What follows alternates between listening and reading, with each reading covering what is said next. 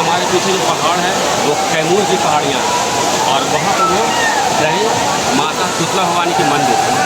यहाँ पे माता शीतला भवानी के मूर्ति की स्थापना राजा धवल प्रताप देव ने की है और 1198 ईस्वी में मूर्ति की स्थापना की थी।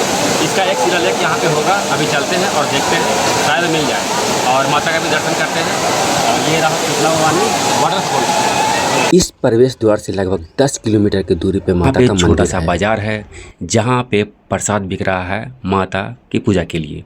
आपको प्रसाद लेना है तो यहीं लेना होगा, क्योंकि इससे आगे 1.5 किलोमीटर के लगभग आपको चलना होगा और वहाँ कोई प्रसाद वगैरह नहीं मिलेगा, यहीं से लेना होगा।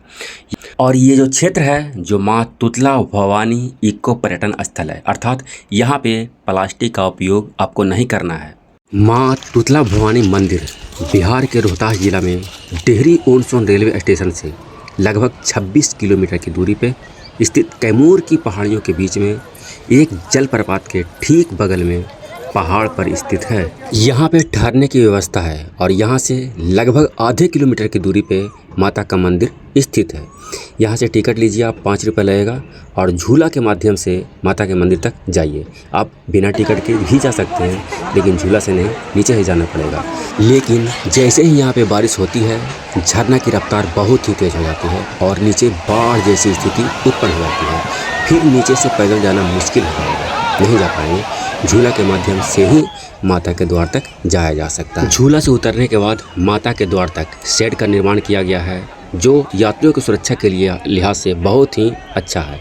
ये रहा मुख्य प्रवेश द्वार और यहाँ पे आप चप्पल जूता अपना खोल दें, वहाँ खाली पैर ही जाया जाता है माता के द्वार में।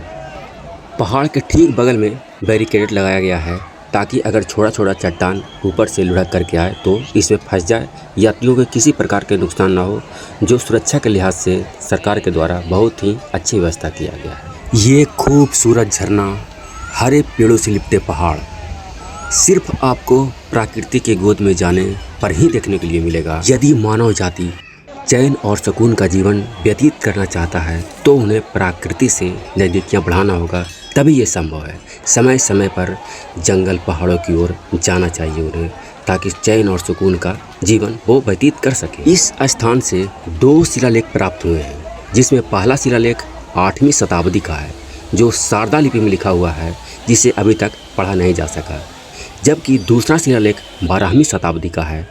इसकी भाषा संस्कृत और लिपि नागरिक है। इस शिलालेख को खारवारों के राजा प्रताप धवल देव के द्वारा तब खुदवाया गया था जब स्वयं राजा प्रताप धवल देव और उनके परिवार 19 अप्रैल 1158 ईस्वी में माँ तुतला भवानी की एक मूर्ति की स्थापना करवाए थे, जो आज वर्तमान में विराजमान है। बरसात का मौसम आते ही यहाँ पे पर्यटकों की संख्या बढ़ जाती है। चैत का नवरात्र और शारदीय नवरात्र में अधिक श्रद्धालुओं की संख्या यहाँ पे देखी जाती है। इस स्थान पे जो माता का प्रतिमा स्थापित है वो गढ़वाल कालीन मूर्ति कला का खूबसूरत नमूना है। माता की प्रतिमा अष्टभुजी है। प्रतिमा में माता दैत्यराज महिषासुर को त्रिशूल से वध कर रही है। एक और करी। इस स्थान पे घंटी बजाने में जो आनंद प्राप्त हुआ वो और कहाँ मिलने वाला है।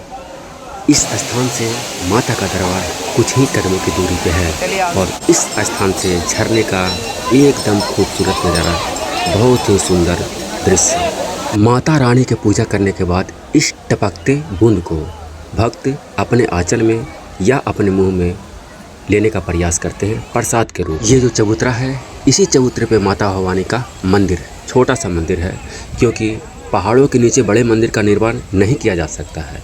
यदि पिलर के लिए कोई गड्ढा खोदा जाएगा तो बड़े बड़े चट्टानें खसकने का डर है, नीचे आ जाएगा। यही कारण है कि यहाँ पे मंदिर छोटा है। मंदिर के चबूतरे के ऊपर से इस रास्ते को देखने में बड़ा ही खूबसूरत लग रहा है। ये साइड दूर तक एकदम फैला हुआ है और कहाँ से हम लोग आए थे, वहाँ लाल वाला जो दिख रहा है बिल्डिंग, वहाँ से टिकट खरीदे थे, फिर झूला, और झूला के बाद इस साइड के नीचे यहाँ मंदिर के द्वार तक पहुँचे हैं।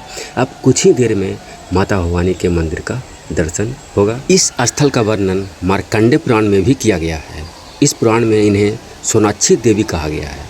ये हमारे पीछे जो पहाड़ है वो कैमूर की पहाड़ियाँ हैं वहाँ पर वो रहे माता शीतला भवानी के मंदिर।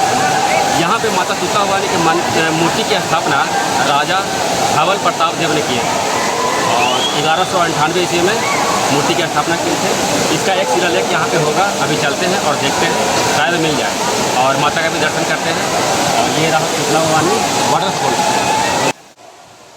इस स्थान पर 8वीं शताब्दी में भी एक प्रतिमा स्थापित किया गया था जो वर्तमान में खंडित अवस्था में है।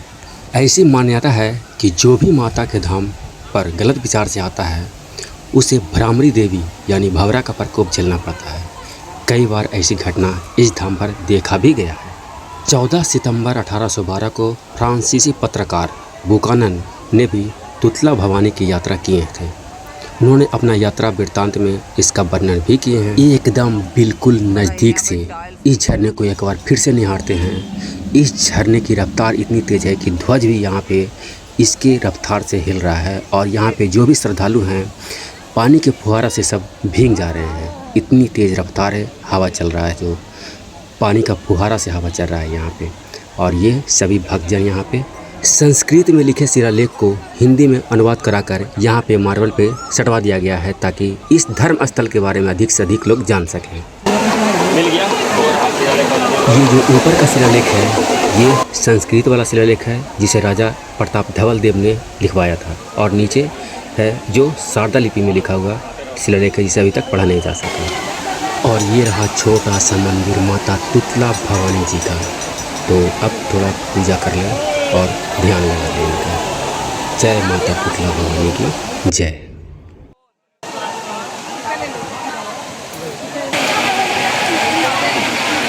ये जो धर्म स्थल है जो इको पर्यटक स्थल है, यानी कि यहाँ पे प्लास्टिक का कोई भी चीज़ प्रयोग करने का नहीं है। फिर भी यहाँ पे कहीं तो प्लास्टिक ऐसे नहीं दिखा है, लेकिन यहाँ पे कुछ प्लास्टिक दिख रहे हैं जो अगरबत्ती का पैकेट का है। ऐसे भी हिंदू धर्म में अगरबत्ती जलाना शुभ नहीं माना गया है क्योंकि इसके डंटी में बाँस का तिनका लगा हुआ रहता है और बाँस हम लोगों को धर्म में वंश का प्रतीक है, इसे नहीं जलाते हैं और यही कारण है कि अगरबत्ती प्रतिबंध है। लेकिन जो लोग नहीं जानते हैं वो अनजाने में बाँस को जला देते हैं, तो इससे परहेज करें। और संचालक से भी अनुरोध है कि जब प्लास्टिक बंद है तो हर चीज़ का प्लास्टिक बंद होगा।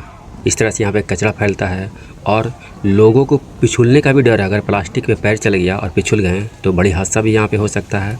तो संचालक ये ध्यान रखें और प्लास्टिक पर प्रतिबंध लगाएं।